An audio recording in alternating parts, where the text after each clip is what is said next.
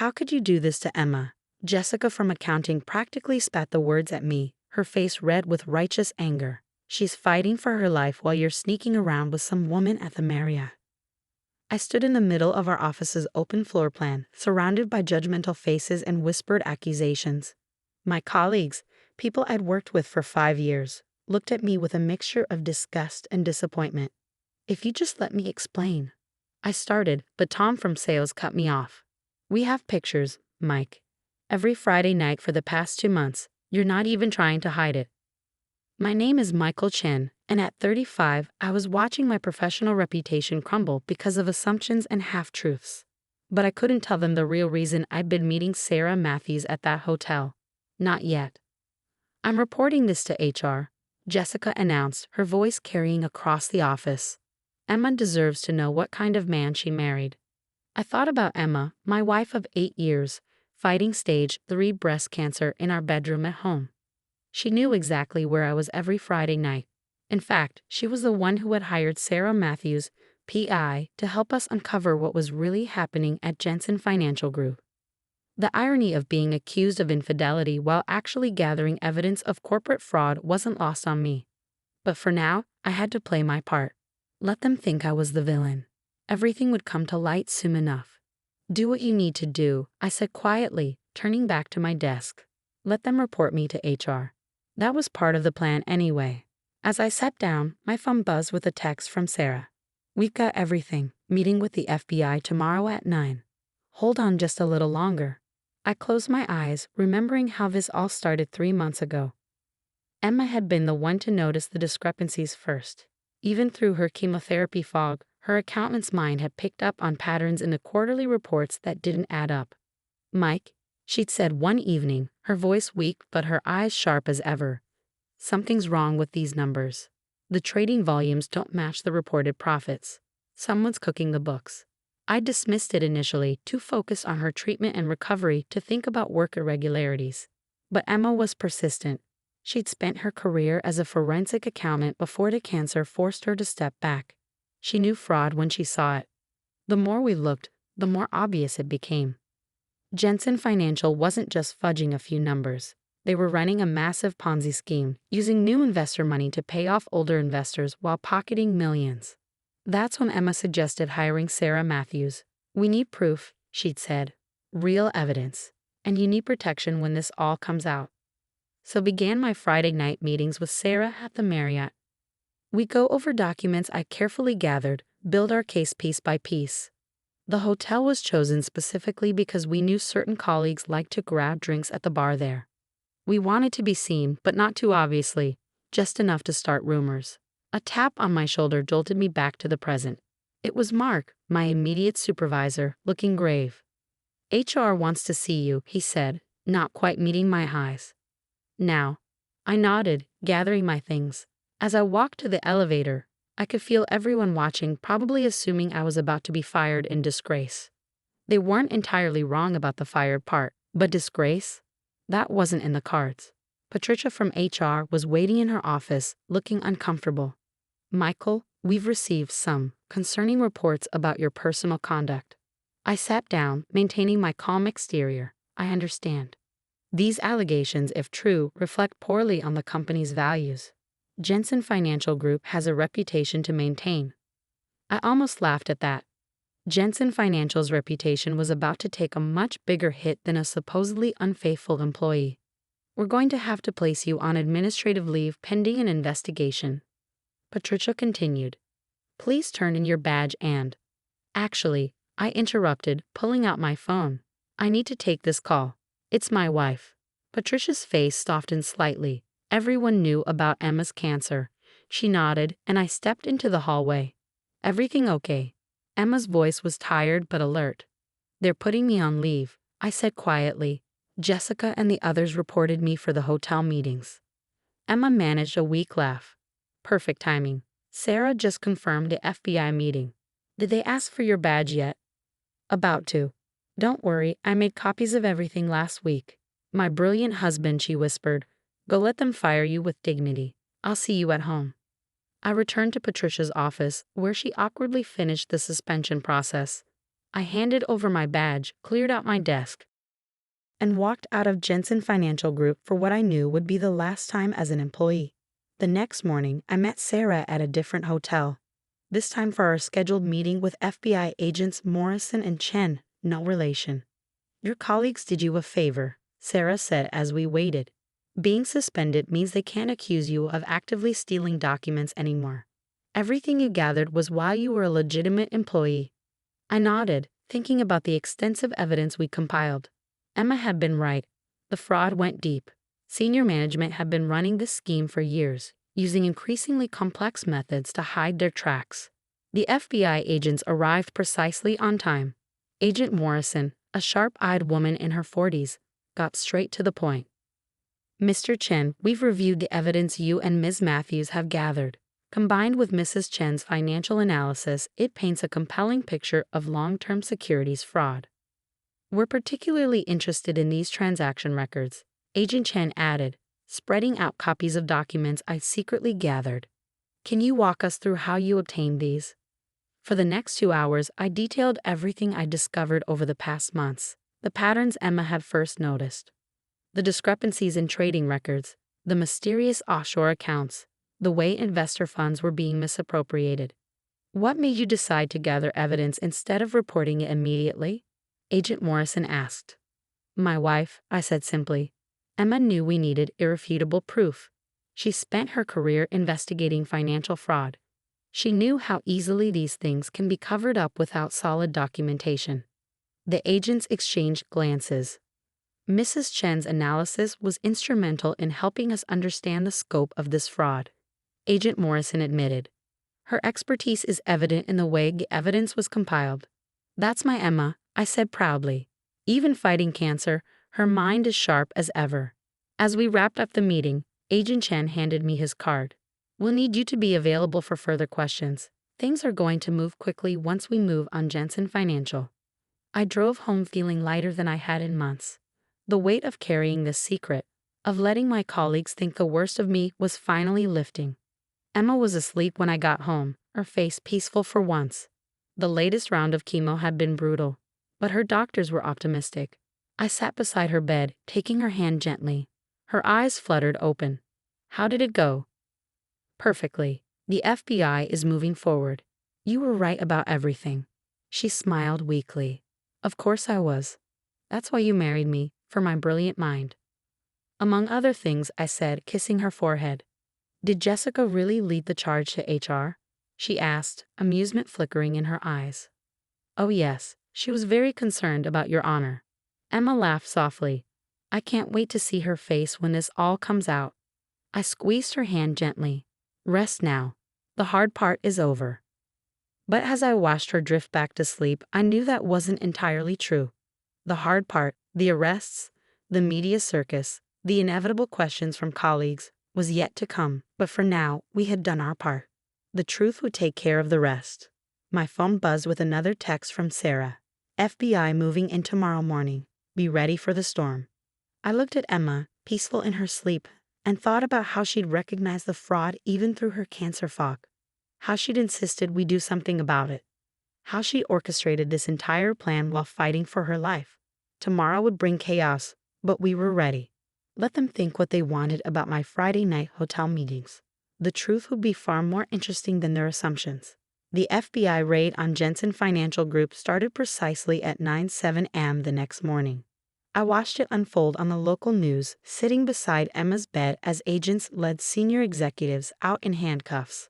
The cameras caught everything: the shocked faces, the boxes of evidence, the crowds of employees being escorted from the building. "There's Jessica," Emma pointed out, a slight smirk playing on her lips. The camera had panned to show my former colleagues huddled outside, watching their workplace become a crime scene. Jessica was front and center, her face a mask of confusion. My phone started buzzing almost immediately. First Mark, then Jessica, then what seemed like everyone from the office. I ignored them all. "Not yet," Emma advised, her voice tired but amused. "Let them stew for a bit." The news anchor's voice filled the room. In what authorities are calling one of the largest financial fraud cases in recent history, FBI agents have raided Jensen Financial Group following allegations of a massive Ponzi scheme. Sources say the fraud may involve billions of dollars in investor funds. I thought about all those Friday nights at the Marriott, carefully building our case with Sarah. The whispers and judgmental looks seemed a small price to pay now. The next call was from Agent Morrison.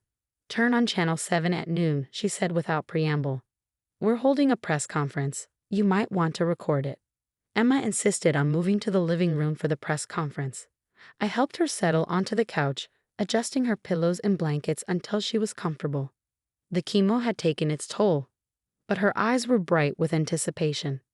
At exactly noon, Agent Morrison stood at a podium outside Jensen Financial's offices. "This morning's operation was the culmination of a months-long investigation," she began. "Thanks to the diligent work of a whistleblower within the company, working in conjunction with his wife, a former forensic accountant, we have uncovered evidence of systematic fraud." My phone exploded with notifications. Apparently, my former colleagues were putting the pieces together. "Michael, please call me back. We need to talk." "Jessica, oh my God, was this what the hotel meetings were about?" "Tom, I think we made a huge mistake." "Mark?" Emma chuckled weakly at the messages popping up on my screen. "Should we tell them about Sarah's FBI credentials, or let them keep thinking you were having an affair?" Before I could answer, the doorbell rang. Through the security camera, I could see Jessica standing on our porch, shifting nervously from foot to foot. "Well," Emma said, raising an eyebrow, "this should be interesting." I opened the door but blocked the entrance. Jessica looked like she hadn't slept, her usually immaculate appearance slightly disheveled. "Michael, she started, then stopped, her face flushing. "I don't know what to say." "That's a first," I commented dryly. "We were so wrong," she blurted out. "The hotel meetings, the woman, you were gathering evidence. Her name is Sarah Matthews," I said. "She's an FBI consultant, and yes, every Friday night meeting you so diligently reported to HR was about documenting the fraud at Jensen." "But why didn't you tell us? Why let us think?" "Come in, Jessica," Emma's voice called from the living room. "I'll explain everything." Jessica's face went pale when she saw Emma. My wife was wrapped in blankets, obviously fresh from chemotherapy, but her expression was sharp and amused. "It was my idea," Emma said as Jessica perched awkwardly on the edge of our armchair. "We needed people to notice the meetings, but not understand them. Your assumptions about Michael's character provided the perfect cover." I don't understand," Jessica stammered. "The more people focused on Michael's supposed affair, the less likely anyone was to question what he was really doing," Emma explained.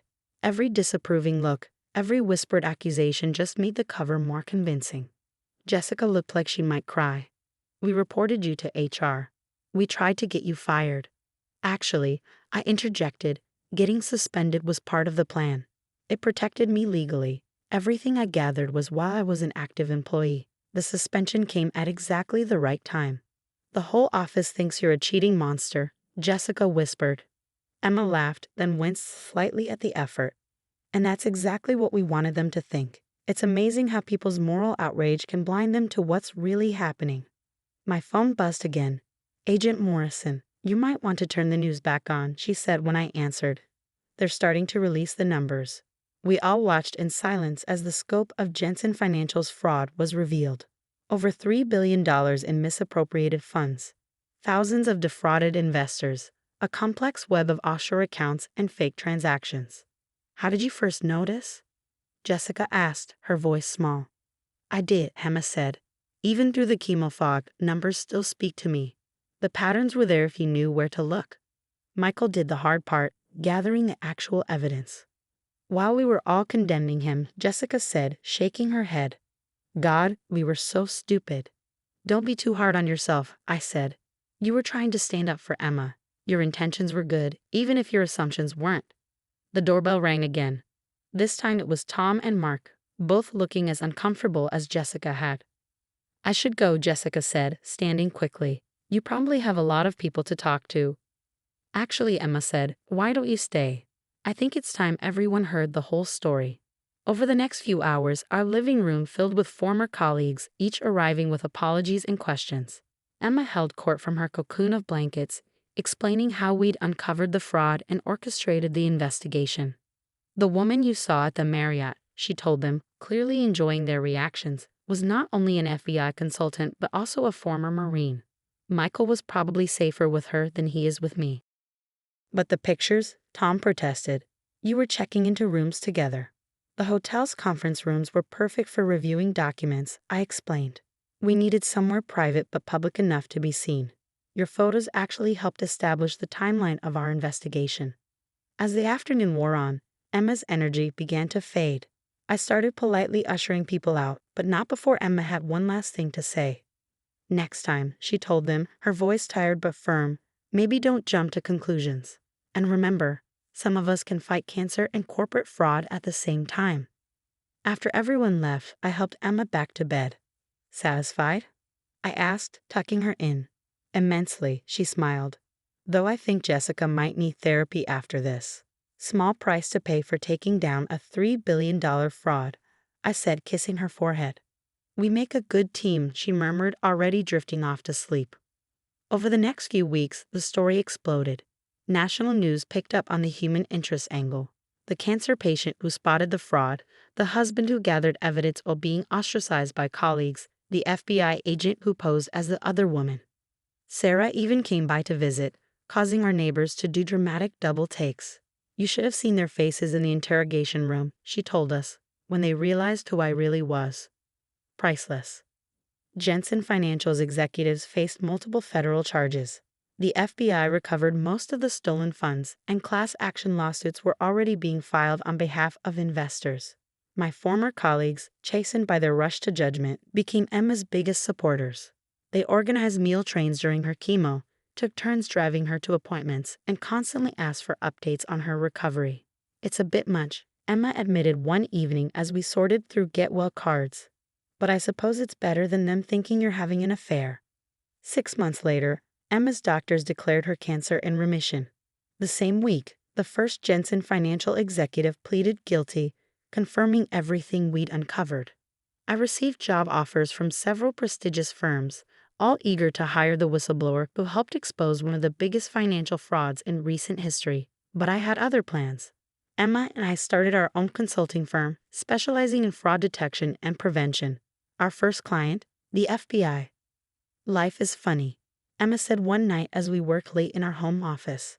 If I hadn't gotten cancer, I might never have had the time to look so closely at those reports. If our colleagues hadn't been so quick to believe the worst of me, we might never have had such a perfect cover, I added. And if people weren't so busy looking for affairs and scandal, they might have noticed the actual crime happening right in front of them. We looked at each other and laughed. The whole thing was absurd. Cancer, corporate fraud, fake affairs, and redemption all rolled into one strange package. Jessica still can't look me in the eye when we run into her. Despite my assurances that all is forgiven, Tom sent us a ridiculously expensive gift basket with a card that read, "Sorry we thought you were a cheating scumbag. Congratulations on taking down the bad guys." Sarah still meets us at the Marriott occasionally, though now it's just for drinks and catching up. Sometimes we spot people doing double takes, probably wondering if they're witnessing another scandal in the making. Let them wonder, Emma always says with a wink. People see what they want to see. And she's right. Sometimes the best way to hide the truth is to let people believe the lie they created for themselves. We learned that lesson well.